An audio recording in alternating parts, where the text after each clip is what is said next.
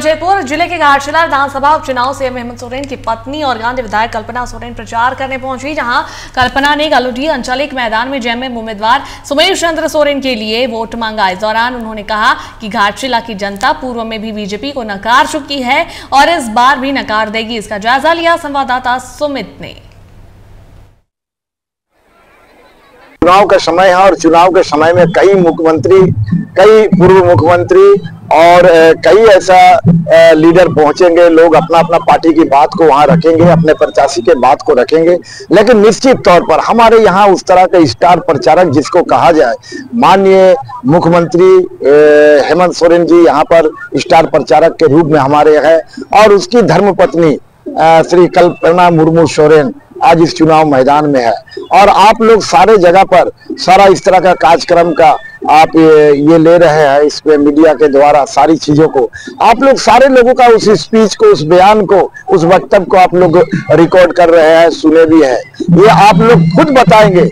मैं अपनी बात किस तरह से कहूं, ये हम अगर कहने लगे तो इसमें लोग कहेंगे कि अपनी पार्टी का तारीफ तो सभी लोग करते हैं, अपनी नेता का तारीफ सभी लोग करते हैं, लेकिन आज जो कल्पना मुर्मू जनता के बीच में जो आप संबोधन किया, ये चीज का आकलन आप लोग खुद निकालिएगा। झारखंडी जोहार है, प्रणाम है, नमस्कार है, आदाब है। चुनावी घाटशिला चुनाव उपचुनाव हो रहा है क्योंकि हमारे स्वर्गीय रामदास दा हम लोगों के बीच में नहीं है और आज एक ऐसे व्यक्तित्व की कमी हो गई है जो व्यक्ति ने इस झारखंड को बनाने के समय गुरुजी के साथ में रह करके झारखंड के लोगों की आवाज को बुलंद करने का काम किया था। दिन के अंदर में ही जब गुरुजी का देहांत हुआ था, उसके कुछ दिन के बाद में ही रामदास दा भी हम लोगों को छोड़ के चले गए। ऐसा लगा जैसे दोनों आपस में बात करके गुरु और शिष्य एक साथ इस धरती को छोड़ करके हमारे ऊपर आशीर्वाद देने के लिए भगवान स्वरूप बन गए। गुरु शिबू सोरेन जी को और साथ में रामदास दा को नमन करना चाहती हूँ।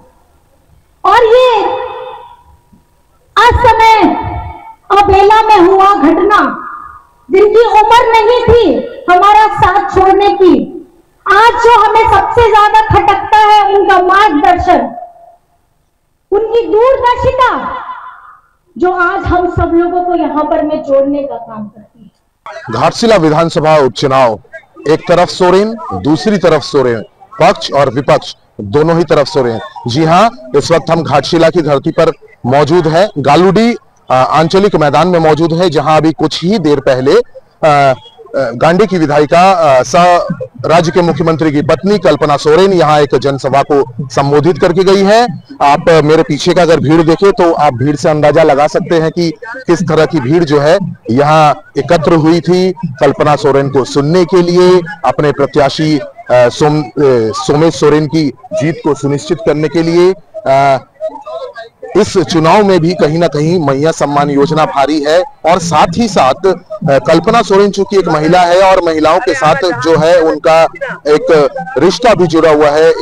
महिला कुछ हमारे साथ मौजूद हैं, उनसे कुछ बात करेंगे कि अभी कल्पना मैडम आई थी, क्या कुछ बोली है, क्या कुछ उत्साह जोश भरा है जनता में? सारे कुछ तो बोल के गई है, इतना उत्साह भरी है जो कोई ऐसे नहीं जो वोट नहीं देने वाला भी वोट देंगे।